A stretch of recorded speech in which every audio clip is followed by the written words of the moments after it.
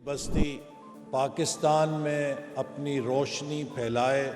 یہ اس کا پہلا قدم ہے کہ وہ موضوع جس کے اوپر ورلڈ اکنامک فورم میں بحث ہوتی ہے، اسی موضوع کو پاکستان میں ایکیڈیمیا، انڈسٹری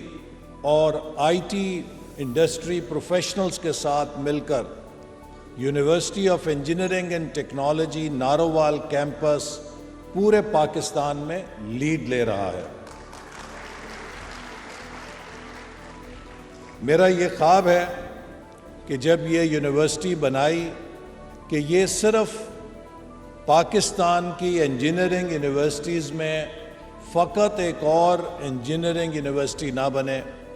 بلکہ یہ پاکستان کی MIT بن کر پاکستان کو انوویشن کے میدان میں دنیا میں ایک نمایاں مقام دے سکے۔ اور اس کے لیے اس یونیورسٹی کیمپس میں پاکستان کا پہلا ڈیڈیکیٹڈ انوویشن سینٹر قائم کیا جا رہا ہے، جس کی تعمیر مکمل ہو چکی ہے اور اب اس کی انٹرنل جو کام ہے وہ مکمل ہو رہا ہے۔ مجھے امید ہے کہ 6 ماہ کے اندر ہم اس کو کمیشن کر سکیں گے اور یہ پاکستان میں سٹارٹ اپ کے لیے، انوویشن کے لیے ایک ایسا ہاٹ سپاٹ بنے گا کہ جس کے لیے پوری دنیا اس کو دیکھنے انشاءاللہ تعالی آئے گی۔ آج مجھے یہ بھی خوشی ہے کہ آج اس کانفرنس میں اسٹوڈنٹس کی بہت بڑی تعداد موجود ہے، انجینئرنگ کے اسٹوڈنٹس کی، سائنس کے اسٹوڈنٹس کی۔ میں آپ کو یہ بات کہنا چاہتا ہوں کہ یہ جو موضوع ہے جس کا آج ہم نے انتخاب کیا ہے، اس کا ہماری نسل کے ساتھ اتنا تعلق نہیں ہے جتنا آپ کی نسل اور مستقبل کے ساتھ تعلق ہے، چونکہ 4th انڈسٹریل ریولوشن کے ذریعے اگلے 20 سالوں میں اتنی تبدیلی آئے گی کہ جو انسانی تاریخ کے پچھلے 200 سالوں سے زیادہ ہوگی۔ تو جب اس قدر بڑی تبدیلی ہمارے سامنے کھڑی ہے تو ہمارے سامنے صرف 3 راستے ہیں۔ یا ہم پروایکٹیولی اس تبدیلی کے چیلنجز کو، اس تبدیلی کے اثرات کو سمجھیں اور اس کے مطابق اپنی صلاحیت پیدا کریں تاکہ ہم اس چینج کے بینیفیشری بن سکیں۔ This is called proactive adaptation of change. دوسرا رویہ یہ ہو سکتا ہے کہ ہم اس تبدیلی کا انتظار کریں کہ جب وہ آئے گی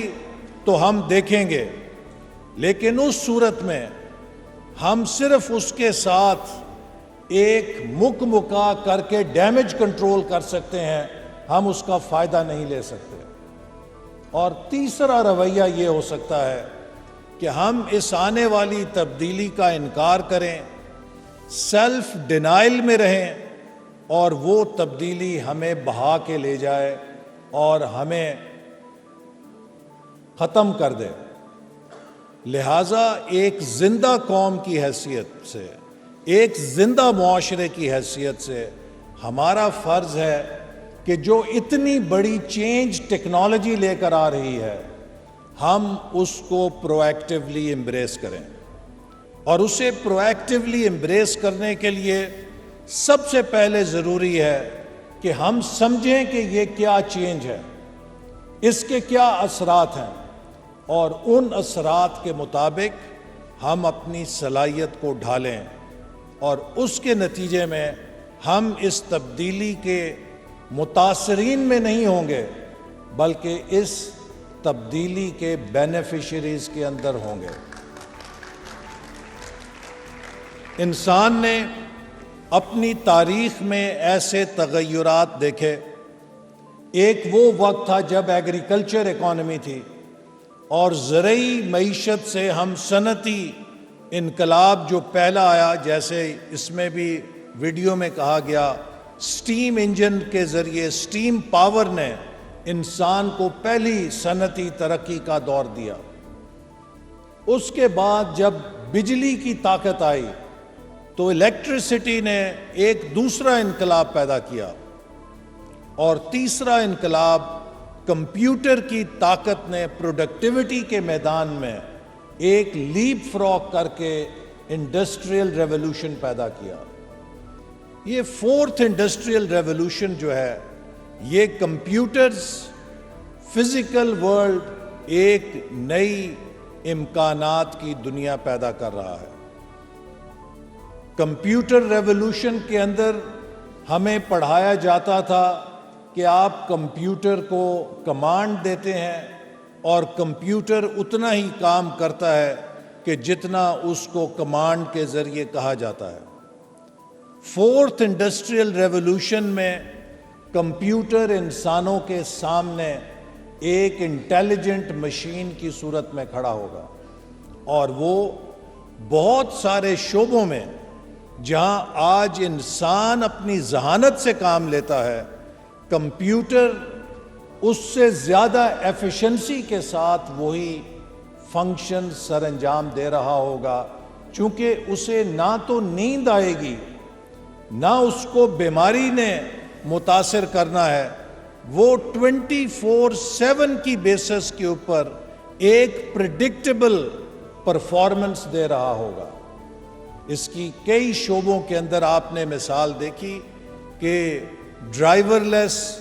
گاڑیاں اور ٹرکس آئیں گے تو گاڑیوں کے ڈرائیور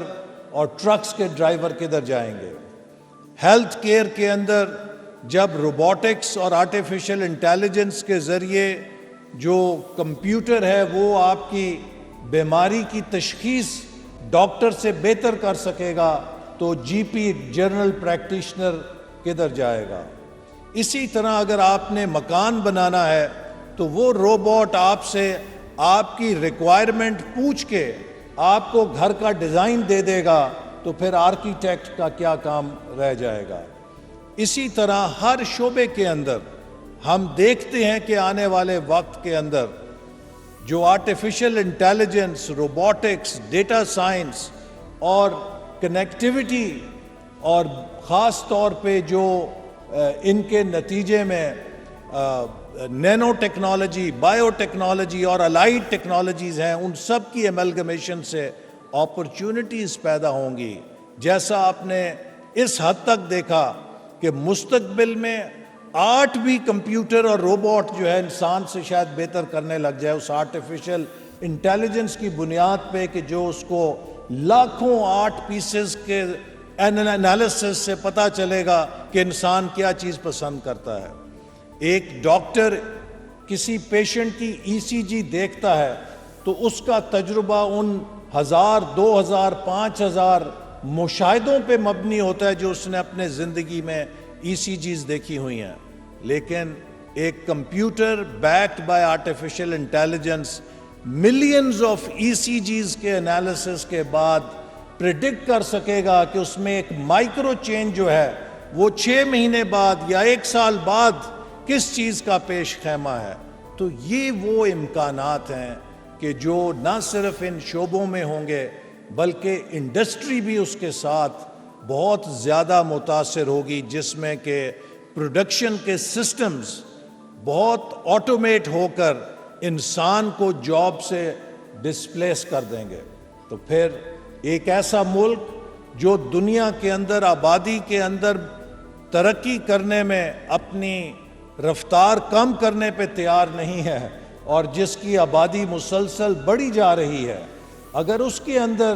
اس آٹومیشن کے ذریعے یہ جابز ختم ہو جائیں گی تو وہ بے روزگاری اس کے لیے کیا اثرات پیدا کرے گی۔ یہ وہ بڑے چیلنجز ہیں جن کا مستقبل میں ہمارے نوجوانوں کو سامنا کرنا پڑے گا، ہمارے ملک اور معاشرے کو سامنا کرنا پڑے گا۔ لیکن یہ وہ چیلنجز ہیں کہ جو جہاں پر اپنے ساتھ یہ پرابلمز لائیں گے،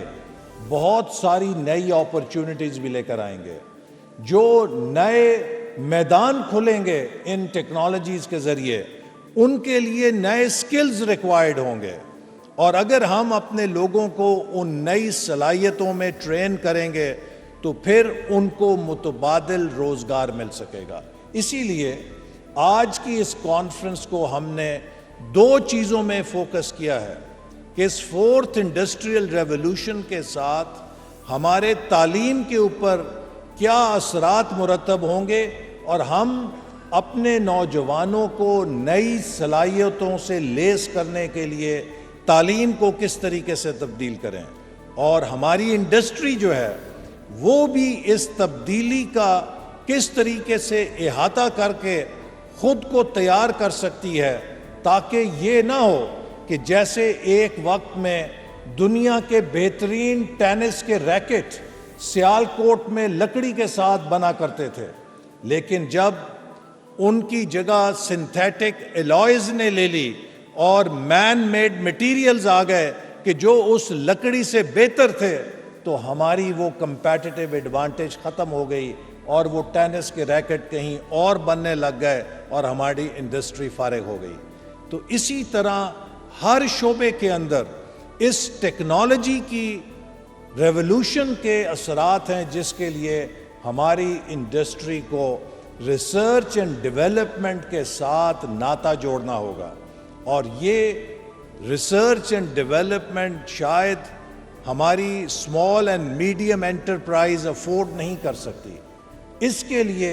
جو راستہ ہے وہ ایکیڈیمیا اور انڈسٹری کی لنکیج کا ہے۔ آج پوری دنیا میں ترقی کے تمام راستے یونیورسٹیوں کی تجربہ گاہوں اور لیبارٹری سے نکل رہے ہیں، اور اسی طرح ہمارا بھی فرض ہے کہ ہم اپنی جامعات کو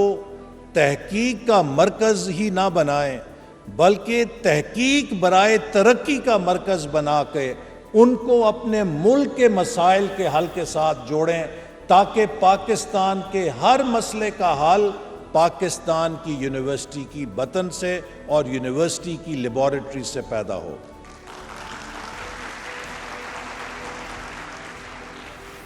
اس مقصد کے لیے ہم نے ماضی میں بھی ایک روڈ میپ بنایا جس کو ویژن 2025 ہم نے کہا، اور اس وقت ہمارا ٹارگٹ تھا کہ 2025 تک Pakistan will be among the top 25 economies of the world, اور اس کے لیے ہائر ایجوکیشن کمیشن کے ذریعے ہم نے پاکستان کی یونیورسٹی میں تاریخ کی سب سے بڑی ایکسپینشن کی، اور آج اس موضوع کے حوالے سے جن چیزوں پر ہم فوکس کر رہے ہیں، ہم نے اپنی فور سائٹ سے مستقبل بینی سے 2017 میں national centres for artificial intelligence, for cyber security, for big data cloud computing and for automation and robotics, اور اسپیس ٹیکنالوجی اینڈ GIS اور لائف سٹاک اینڈ جینومکس کے جو نیشنل سینٹرز ہیں، یہ ہم نے 2017 میں شروع کیے، اور آج مجھے خوشی ہے کہ ان سینٹرز نے پچھلے 5-7 سالوں کے اندر جو کام کیا ہے اس سے پاکستان کم از کم ان شعبوں میں 10 سے 15 سال آگے بڑھا ہے، اور اگر یہ سینٹرز نہ ہوتے تو ہم دنیا سے بہت پیچھے رہ جاتے، اور اب یہ وقت ہے کہ وہ سینٹرز نے ایک ایسا ایکو سسٹم بنایا ہے کہ جس کے اوپر ہم فورتھ انڈسٹریل ریولوشن کی بنیاد رکھ سکتے ہیں۔ ہمیں 14 مہینے کی 16 مہینے کی مہلت ملی، اور اس میں جہاں ہم پہلے یہ سینٹرز بنا کے گئے تھے، مجھے خوشی ہے کہ ہم نے وزارت منصوبہ بندی و ترقی سے ممبر سائنس اینڈ ٹیکنالوجی، ہمارے اب منسٹر ہیں خیبر پختونخوا میں، پاکستان کے لیے 3 نئے نیشنل سینٹرز بنائے: national centre for quantum computing, national centre for new manufacturing and national centre for Nano technology. اور میں امید کرتا ہوں کہ یہ سینٹرز بھی مستقبل کے اندر انہی 4 سینٹرز کی طرح ہمیں وہ بنیادیں فراہم کریں گے جس سے ہم ایک ماڈرن اکانومی پاکستان کے اندر بنا سکیں گے۔ ہمارا ہائر ایجوکیشن کمیشن کے لیے بھی ہم نے ایک 7 نکاتی پرفارمنس فریم ورک بنایا جس کو اگست 2023 میں لانچ کیا گیا، اور میں امید کرتا ہوں کہ اس پر ہائر ایجوکیشن کمیشن محنت کے ساتھ کام کرے گا، لیکن امید ہے کہ فروری کے بعد آ کر ہم انشاءاللہ اس پر عمل درآمد کو مزید مضبوط کریں گے۔ اس کا مقصد یہ ہے کہ پاکستان کی ہر یونیورسٹی 7 انڈیکیٹرز کے اوپر خود کو جانچے۔ سب سے پہلا انڈیکیٹر کہ ہر یونیورسٹی کو تدریس میں، اکیڈیمکس میں ایکسلنس اختیار کرنی ہے کہ وہ نوجوانوں کو بہترین انسٹرکشن کرے۔ دوسری جو اس فریم ورک کی وہ ہے انڈیکیٹر، وہ ہے کہ تدریس کے بعد یونیورسٹیز کو اکاؤنٹیبل ہونا چاہیے، وہ کیسی ریسرچ پیدا کر رہی ہیں جس کی پاکستان کو ضرورت ہے۔ تیسرا انڈیکیٹر ہے کہ ہر یونیورسٹی کس حد تک ایکیڈیمیا انڈسٹری لنکیجز میں کامیاب ہے، وہ ہماری انڈسٹری کو اور وہ ہمارے معاشرے کے ساتھ، ہماری حکومتوں کے ساتھ مل کر ہمارے ملک کے جو مسائل ہیں انہیں حل کرنے کے لیے کیا خدمات سر انجام دے رہی ہے۔ چوتھی شرط جو انڈیکیٹر ہے کہ ہر یونیورسٹی کو اپنی کمیونٹیز کے اندر بھی کمیونٹی سروس کا ادارہ بننا چاہیے، اور میں سمجھتا ہوں کہ اس کے حوالے سے انجینئرنگ یونیورسٹیز کا فرض ہے کہ تمام انجینئرنگ یونیورسٹیز اپنے کیمپسز میں سکل ڈیولپمنٹ پروگرام شروع کریں، جس میں کہ 3 مہینے اور 6 مہینے کے سرٹیفیکیشنز کے ذریعے نوجوانوں کو ایسی صلاحیت دیں کہ وہ اس 4th انڈسٹریل ریولوشن کے فٹ سولجرز بن سکیں، اس کے وہ کامیاب ورکرز، نالج ورکرز بن سکیں، اور وہ اپنے لیے بہترین مستقبل بنا سکیں۔ یہ وہ کمیونٹی سروس ہے جس میں نے UET نارووال کو بھی کہا ہے کہ یہ نارووال کے اندر کم از کم 10,000 نوجوانوں کو وہ سکلز دیں کہ جس سے وہ 4th انڈسٹریل ریولوشن کے اندر اپنے لیے مستقبل بنا سکیں۔ 5ویں انڈیکیٹر ہے کہ ہر یونیورسٹی کو اکاؤنٹیبل ہونا چاہیے کہ اس کا اپنا ٹیکنالوجیکل پلیٹ فارم کیسا ہے، اس کی اپنی ٹیکنالوجی کی بیس کیسی ہے۔ اگر ہماری یونیورسٹیز ڈیجیٹل پلیٹ فارمز پہ نہیں جائیں گی تو وہ کبھی 4th انڈسٹریل ریولوشن کے لیے بھی خود کو تیار نہیں کر سکتی۔ آج سے 20 سال پہلے اگر آپ کسی بینک سے پوچھتے کہ آپ کی کامیابی کا کیا راز ہے تو وہ کہتا کہ کتنی برانچیں ہیں، ہم اس سے کامیاب ہوتے ہیں۔ آج آپ کسی بینک کامیاب سے پوچھیں کہ آپ کی کامیابی کا کیا راز ہے تو وہ کہے گا کہ ہمارا ڈیجیٹل پلیٹ فارم کتنا مضبوط ہے، اس پہ ہماری کامیابی کا انحصار ہے۔ اسی طرح مستقبل کی یونیورسٹیز کا کامیابی کا انحصار بھی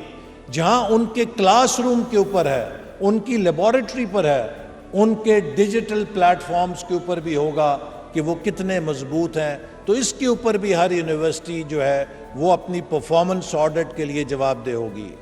چھٹی چیز یہ ہے کہ ہر یونیورسٹی کو ہائی پرفارمنس آرگنائزیشن بننے کے لیے کارپوریٹ گورننس کے پریکٹسز اڈاپٹ کرنی ہوں گی۔ ان کی ہیومن ریسورس مینجمنٹ، ان کی فائنینشیل مینجمنٹ، ان کی فیسلٹیز مینجمنٹ، اور ان کا ہر شعبہ جو وہ آرگنائزیشن کے اندر مینج کر رہے ہیں وہ کتنا پروفیشنلی، ایفیشینٹلی اور افیکٹولی مینجڈ ہے۔ تو is university also a high performance organization? And 7th جو یونیورسٹی کی پروڈکٹ ہے وہ کتنی مستقبل کے تقاضوں سے ہم آہنگ ہے۔ کسی نے کہا کہ if we are teaching our students the way we used to teach them yesterday, we are robbing them of their tomorrow۔ اگر ہم اپنے بچوں کو اسی انداز میں پڑھا رہے ہیں جیسے کہ گزشتہ کل پڑھاتے تھے تو ہم ان سے ان کا آنے والا کل چھین رہے ہیں۔ ہمیں تدریس کے تمام طریقوں کو بدلنا ہے، چونکہ جو آرٹیفیشل انٹیلیجنس اور یہ کریٹیوٹی کی ہم باتیں کر رہے ہیں، روبوٹکس کی اور فورتھ انڈسٹریل ریولوشن کی، اس کی کرنسی رٹا نہیں ہے، اس کی کرنسی یہ نہیں ہے کہ یہ میرا لیکچر ہے، اس کو آپ یاد کریں، اس کو آنسر شیٹ میں چھاپ دیں اور مجھ سے اے گریڈ لے لیں، یہ ناکامی کا نسخہ ہے۔ اب ہمیں اپنے نوجوانوں کو اینالیٹیکل سکلز دینے ہیں، انہیں کریٹیکل تھنکنگ دینی ہے، انہیں کمپلیکس پرابلم سالونگ سکھانی ہے، ان کے اندر ٹیم ورک کی صلاحیت پیدا کرنی ہے، ان کو انٹر پرسنل کمیونیکیشن سکلز بتانے ہیں، ان کو لائف لانگ لرنر بنانا ہے۔ ارریلیونٹ کر رہے ہیں، بیکار کر رہے ہیں۔ تو میں امید کرتا ہوں کہ اس کانفرنس کے نتیجے میں انجینئرنگ ایجوکیشن کو تبدیل کرنے کے لیے کہ وہ طریقے جس سے تدریس دی جاتی ہے اور وہ مضامین جو مستقبل کے لیے ریلیونٹ ہیں اور وہ سکلز جو ہمارے فیوچر کے انجینئرز میں آنے چاہیے، ان کو ایڈاپٹ کرنے کے لیے ایک روڈ میپ تیار کریں گے، جو ہم پاکستان انجینئرنگ کونسل اور ہائر ایجوکیشن کمیشن کے ذریعے مل کر اپنے انجینئرنگ کے نصاب کو ماڈرنائز کر کے اور ریفارم کر کے اسے ایڈاپٹ کر سکیں گے۔ اور اسی کے ساتھ جو ہمارے انڈسٹری کے نمائندے ہیں وہ ضرور اس حوالے سے رہنمائی کریں کہ ہم کس طرح ایکیڈیمیا انڈسٹری لنکس کو مضبوط کر سکتے ہیں۔ اگر سیالکوٹ میں سپورٹس انڈسٹری ہے، سرجیکل انڈسٹری ہے، اگر گجرانوالہ میں سیرامک انڈسٹری ہے، اگر گجرات کے اندر فین انڈسٹری ہے، اگر وزیر آباد کے اندر کٹلری انڈسٹری ہے، اگر اس پورے ایریا کے اندر اسمال میڈیم انجینئرنگ انڈسٹری ہے، تو university of engineering technology Narowal اس پورے سیکٹرز کو، ان تمام انڈسٹریز کے کلسٹرز کو کس طرح R&D کی سپورٹ دے سکتا ہے تاکہ ہمارے یہ کلسٹرز دنیا کے اندر بہترین کمپیٹیٹیونیس کے حامل ہوں۔ اور اس کے حوالے سے میں نے یونیورسٹی انتظامیہ سے درخواست کی ہے کہ ہمارے فائنل ایئر اسٹوڈنٹس کے تمام پروجیکٹس ہمارے اس ریجن کی انڈسٹری کے پرابلمز کے اوپر فوکس ہونے چاہیے تاکہ ہم ریئل ٹائم پرابلمز کو سالو کریں، جس سے ان نوجوانوں کے مستقبل کے پلیسمنٹ کے لیے بھی بہتر امکانات پیدا ہو سکیں گے۔ تو میں آپ سب کا شکریہ ادا کرتا ہوں کہ آپ اس کانفرنس میں آئے، اور آخر میں یہ ضرور کہنا چاہوں گا کہ دیکھیے آج ایک بڑا لمحہ فکریہ ہے۔ غزہ کے اندر جو کچھ ہو رہا ہے اس نے ہر مسلمان کو ہلا کر رکھ دیا ہے۔ 1 کروڑ کا ملک ہے جس کا نام اسرائیل ہے، 2 ارب کی آبادی ہے مسلمانوں کی، 52 سے زیادہ ملک ہیں، اور سب سوائے قراردادیں پاس کرنے کے، تقریریں کرنے کے، کچھ کرنے سے قاصر ہیں۔ وہ کون سی طاقت ہے جس نے اسرائیل کی 1 کروڑ آبادی کو اتنا طاقتور کر دیا کہ پورا مغرب ان کے پیچھے پشت کے اوپر کھڑا ہے اور 2 ارب کی مسلمان آبادی بے بس کھڑی ہے؟ بات یہ تلخ ہے، لیکن حقیقت یہ ہے کہ وہ طاقت یہ ہے کہ اسرائیل کی per capita scientific out put دنیا میں تمام ممالک سے زیادہ ہے۔ یہ سائنس کی اور نالج کی طاقت ہے، ٹیکنالوجی کی طاقت ہے، جس نے اس کو اتنا مضبوط کیا ہے کہ آج سارا مغرب اس کے ساتھ جڑ کے کھڑا ہوا ہے۔ آج مسلمانوں کی بے بسی کی بڑی وجہ یہ ہے کہ علم، ٹیکنالوجی اور سائنس کے اندر ہم اپنی اس مقام کو جو کبھی ہمیں تاریخ میں حاصل تھا، جو کبھی ابن رشد ہمارے پاس پیدا ہوتا تھا، الخوارزمی ہمارے پاس پیدا ہوتا تھا، ابن سینا ہمارے پاس پیدا ہوتا تھا، ابن خلدون ہمارے اندر پیدا ہوتا تھا، آج یہ پیدا ہونے بند ہو گئے ہیں۔ آج ہمارے پاس سڑکوں کے اوپر مذہب کا نام لے کر گاڑیاں توڑنے والے، ایک دوسرے کا سر پھاڑنے والے اور کفر کے فتوے بانٹنے والوں کی کوئی کمی نہیں ہے، لیکن ایٹم کا سینہ چیر کے نئی ایجادات کرنے والے سائنسدانوں کی کمی ہے۔ اگر ہم اپنی اس کھوئی ہوئی عظمت رفتہ کو حاصل کر لیں تو ہمیں بھی وہ طاقت مل جائے گی کہ کوئی کسی مسلمان کا ناحق خون بہانے سے پہلے 100 بار سوچے گا کہ مجھے یہ کام کرنا ہے یا نہیں کرنا۔ ایک وقت تھا کہ جب اسپین کے اندر گولڈن ایج میں mathematics, architecture, science, physics, chemistry کے تمام اسباق پڑھنے کے لیے یورپ سے اسکالر بغداد اور اندلس کا چکر لگایا کرتے تھے، لیکن آج یہ علم کے چشمے ہمارے بند ہو گئے اور ہم سب مغرب میں جا کے Harvard university, Stanford university, Cambridge اور آکسفورڈ سے اپنے علم کی تجدید کرنے پہ مجبور ہیں۔ آج اقبال نے کہا کہ ہمارے پاس کتاب خاں تو ہیں، صاحب کتاب نہیں ہیں۔ ہمیں صاحب کتاب پیدا کرنے کی ضرورت ہے۔ تو میں امید کرتا ہوں کہ ہماری یونیورسٹیوں میں وہ علم کی قیادت نوجوانوں میں انسٹل کی جائے گی کہ یہ اپنی تحقیق سے، یہ اپنی ریسرچ سے امت مسلمہ کو پھر اس کی کھوئی ہوئی گلوری، عزم رفتہ واپس دلائیں گے، اور وہی منزل ہے جس کے لیے اقبال نے بھی کہا تھا کہ جہان تازہ پیدا کرنے کے لیے افکار تازہ کی ضرورت ہوتی ہے، اور ان افکار تازہ کے ساتھ یہ یونیورسٹیاں انشاءاللہ پاکستان کو سیراب کریں گی۔ اور میں ایک بار پھر آپ کا شکریہ ادا کرتا ہوں کہ آپ سب آئے، and I look forward to your recommendations. Pakistan زندہ باد۔